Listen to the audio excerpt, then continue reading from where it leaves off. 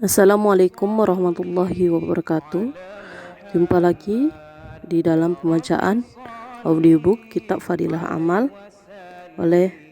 yang dikarang oleh Syekh Hadis Maulana Muhammad Zakaria Al-Kanawi rahmatullah alaih, tim penerjemah Masjid Jami' Kebun Jeruk, Jakarta.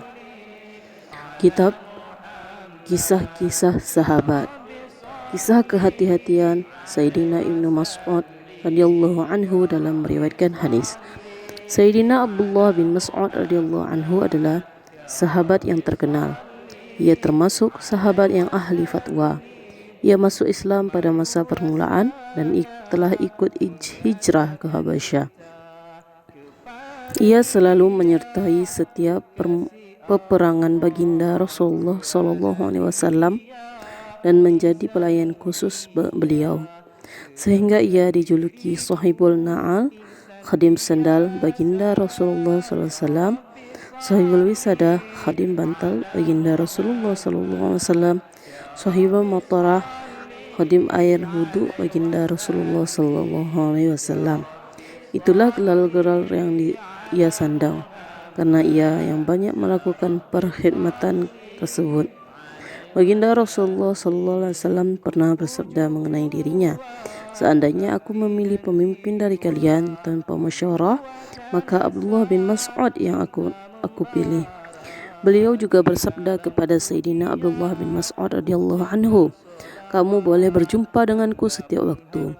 Baginda Nabi SAW bersabda pula, "Jika kalian ingin membaca Al-Quran sesuai dengan bacaan ketika diturunkan, maka bacalah seperti bacaan Abdullah bin Mas'ud."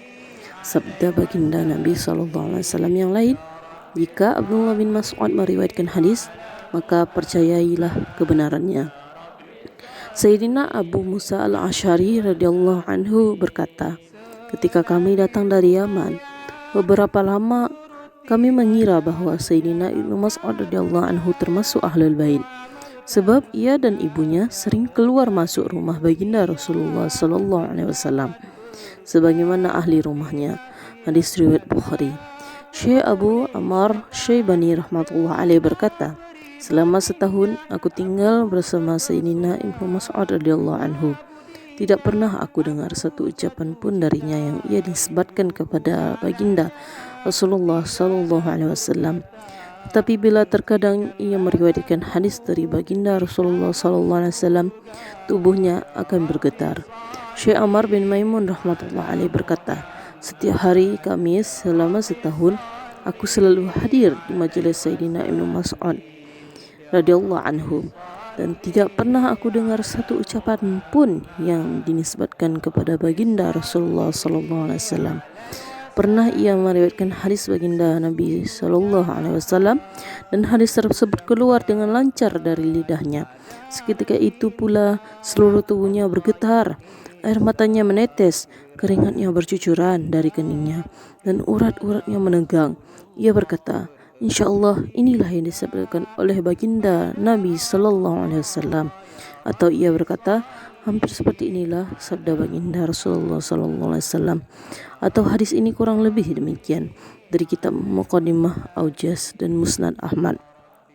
Faedah, demikianlah kehati-hatian para sahabat radhiyallahu anhum dalam meriwayatkan hadis baginda Nabi SAW. Karena beliau bersabda, "Barang siapa sengaja berdusta atas namaku, buatlah tempat tinggal di neraka